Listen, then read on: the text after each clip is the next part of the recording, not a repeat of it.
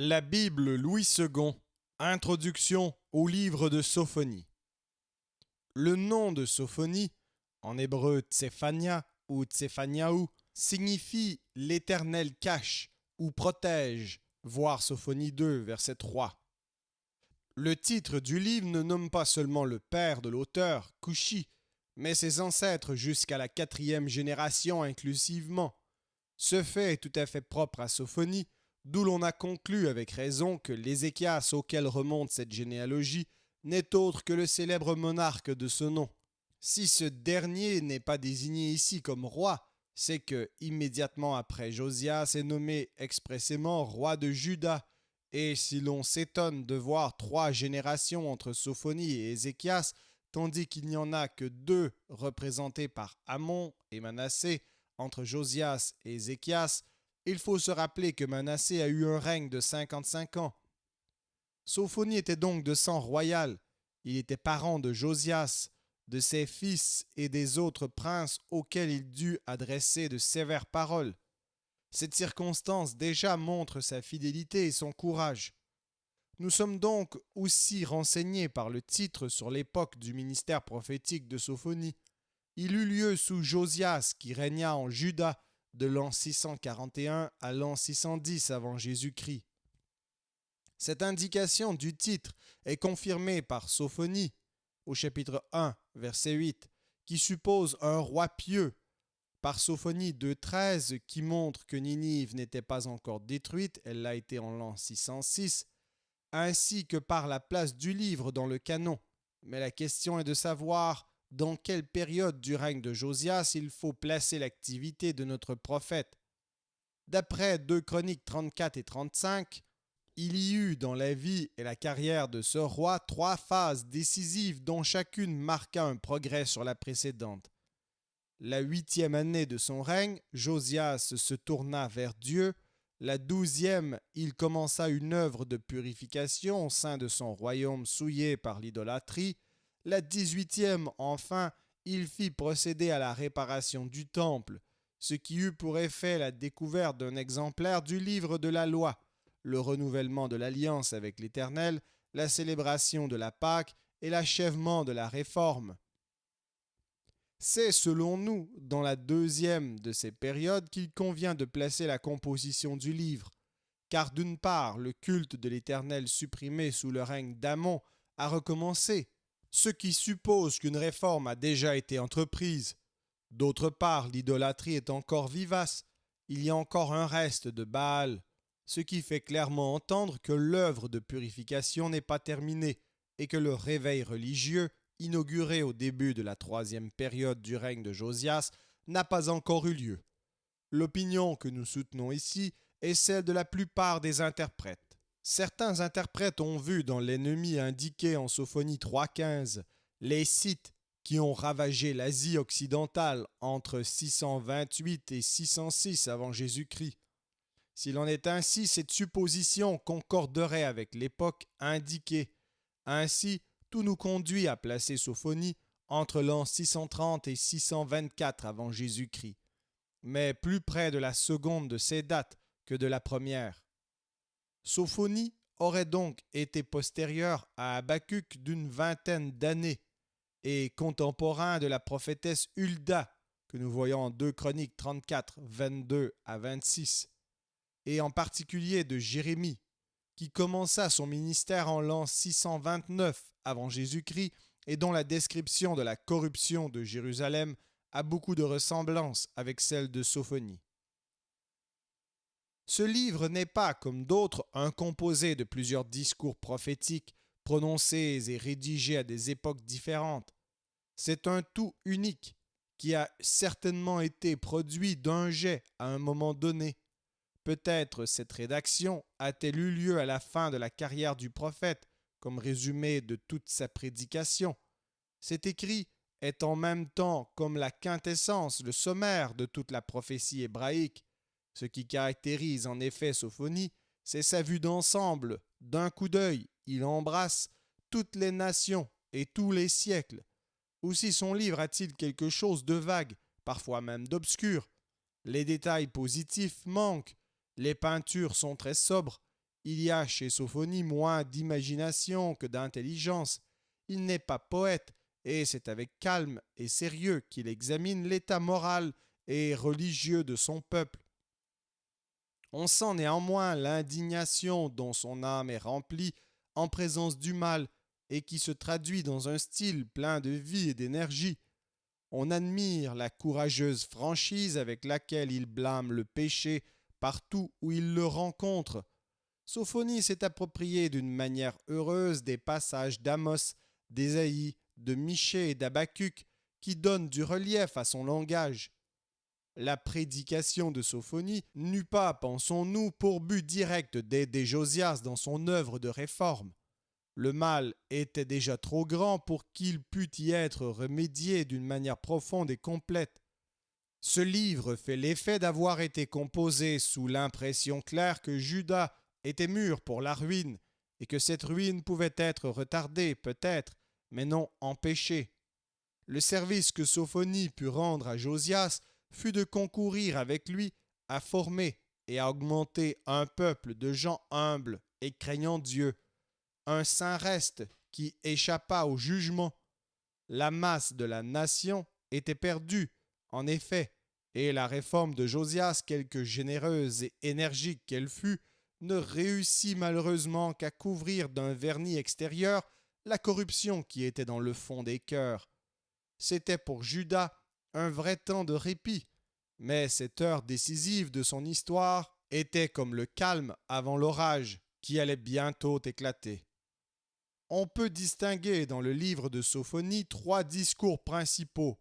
Au chapitre 1, le jugement de l'Éternel sur Juda, chapitre 2 à chapitre 3, verset 8, exhortation à la repentance, jugement des peuples ennemis de Juda, et chapitre 3, verset 9 à 20, la promesse finale.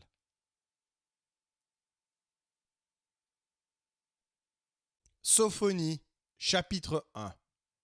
La parole de l'Éternel qui fut adressée à Sophonie, fils de Cushi, fils de Guédalia, fils d'Amaria, fils d'Ézéchias, au temps de Josias, fils d'Amon, roi de Juda. Je détruirai tout sur la face de la terre, dit l'Éternel. Je détruirai les hommes et les bêtes, les oiseaux du ciel et les poissons de la mer, les objets de scandale et les méchants avec eux.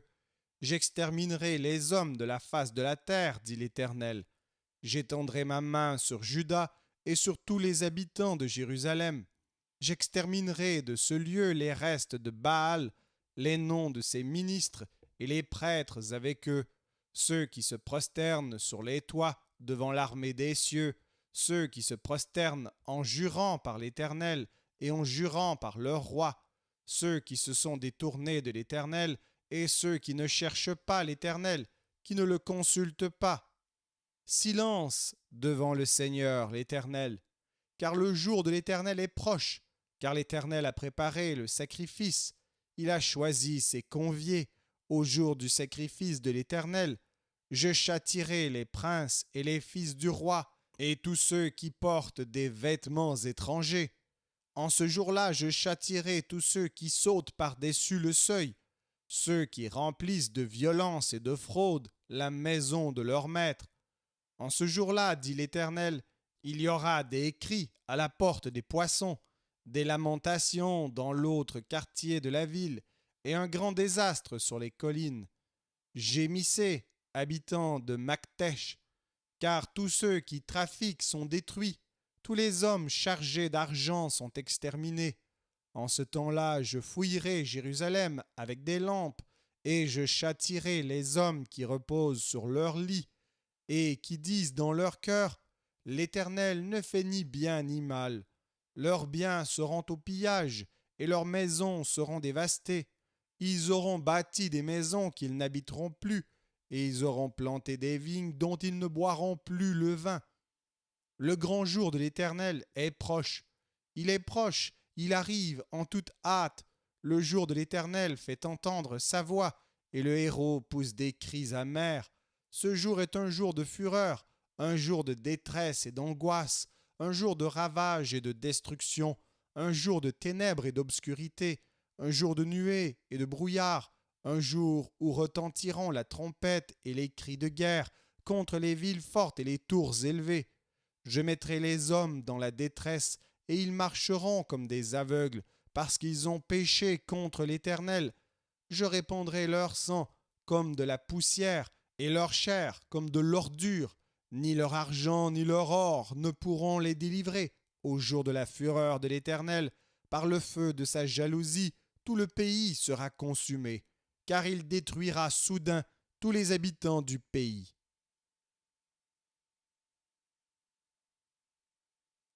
Sophonie, chapitre 2.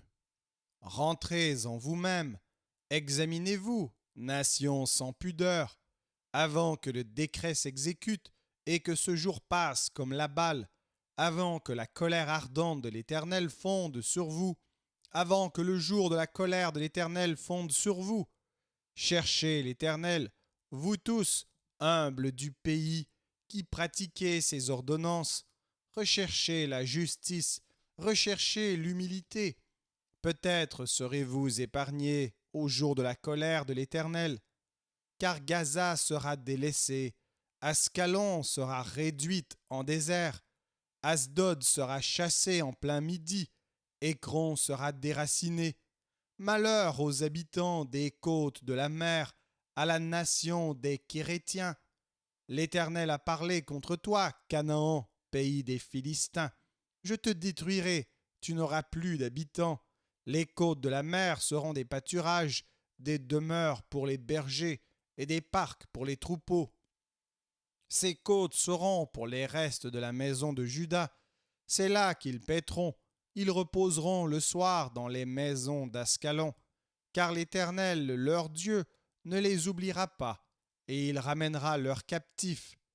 J'ai entendu les injures de Moab et les outrages des enfants d'Ammon, quand ils insultaient mon peuple et s'élevaient avec arrogance contre ses frontières. C'est pourquoi je suis vivant, dit l'Éternel des armées, le Dieu d'Israël. Moab sera comme Sodome, et les enfants d'Ammon comme Gomorrhe, un lieu couvert de ronces, une mine de sel, un désert pour toujours. Le reste de mon peuple les pillera, le reste de ma nation les possédera. Cela leur arrivera pour leur orgueil, parce qu'ils ont insulté et traité avec arrogance le peuple de l'Éternel des armées. L'Éternel sera terrible contre eux, car il anéantira tous les dieux de la terre, et chacun se prosternera devant lui dans son pays, dans toutes les îles des nations. Vous aussi, Éthiopiens, vous serez frappés par mon épée. Il étendra sa main sur le septentrion, il détruira la Syrie, et il fera de Ninive une solitude, une terre aride comme le désert. Des troupeaux se coucheront au milieu d'elle, des animaux de toute espèce, le pélican et le hérisson habiteront parmi les chapiteaux de ses colonnes. Des cris retentiront aux fenêtres, la dévastation sera sur le seuil, car les lambris de cèdre seront arrachés. Voilà donc cette ville joyeuse qui s'assied avec assurance et qui dit en son cœur « Moi, et rien que moi !» Et quoi?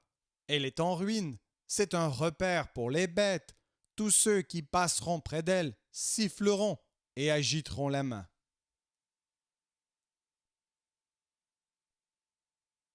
Sophonie, chapitre 3. Malheur à la ville rebelle et souillée, à la ville pleine d'oppresseurs. Elle n'écoute aucune voix, elle n'a point égard à la correction, elle ne se confie pas en l'Éternel, elle ne s'approche pas de son Dieu. Ses chefs au milieu d'elle sont des lions rugissants, ses juges sont des loups du soir qui ne gardent rien pour le matin. Ses prophètes sont téméraires, infidèles, ses sacrificateurs profanent les choses saintes, violent la loi. L'Éternel est juste au milieu d'elle, il ne commet point d'iniquité. Chaque matin il produit à la lumière ses jugements, sans jamais y manquer. Mais celui qui est inique ne connaît pas la honte. J'ai exterminé des nations, leurs tours sont détruites, j'ai dévasté leurs rues, plus de passants, leurs villes sont ravagées, plus d'hommes, plus d'habitants. Je disais, si du moins tu voulais me craindre, avoir égard à la correction, ta demeure ne serait pas détruite, tous les châtiments dont je t'ai menacé n'arriveraient pas, mais ils se sont hâtés de pervertir toutes leurs actions. Attendez-moi donc, dit l'Éternel, au jour où je me lèverai pour le butin, car j'ai résolu de rassembler les nations, de rassembler les royaumes, pour répandre sur eux ma fureur, toute l'ardeur de ma colère, car par le feu de ma jalousie, tout le pays sera consumé. Alors je donnerai au peuple des lèvres pures, afin qu'ils invoquent tous le nom de l'Éternel, pour le servir d'un commun accord. D'au-delà des fleuves de l'Éthiopie, mes adorateurs, mes dispersés m'apporteront des offrandes. En ce jour-là, tu n'auras plus à rougir de toutes tes actions par lesquelles tu as péché contre moi. Car alors, j'ôterai du milieu de toi ceux qui triomphaient avec arrogance, et tu ne t'enorgueilliras plus sur ma montagne sainte. Je laisserai au milieu de toi un peuple humble et petit, qui trouvera son refuge dans le nom de l'Éternel. Les restes d'Israël ne commettront point d'iniquité, ils ne diront point de mensonge, et il ne se trouvera pas dans leur bouche une langue trompeuse, mais ils paîtront, ils reposeront, et personne ne les troublera. Pousse des cris de joie, fille de Sion, pousse des cris d'allégresse, Israël. Réjouis-toi et triomphe de tout ton cœur, fille de Jérusalem. L'Éternel a détourné tes châtiments, il a éloigné ton ennemi. Le roi d'Israël, l'Éternel, est au milieu de toi. Tu n'as plus de malheur à éprouver. En ce jour-là, on dira à Jérusalem, ne crains rien. Sion, que tes mains ne s'affaiblissent pas. L'Éternel, ton Dieu, est au milieu de toi, comme un héros qui sauve. Il fera de toi sa plus grande joie. Il gardera le silence dans son amour. Il aura pour toi des transports d'allégresse.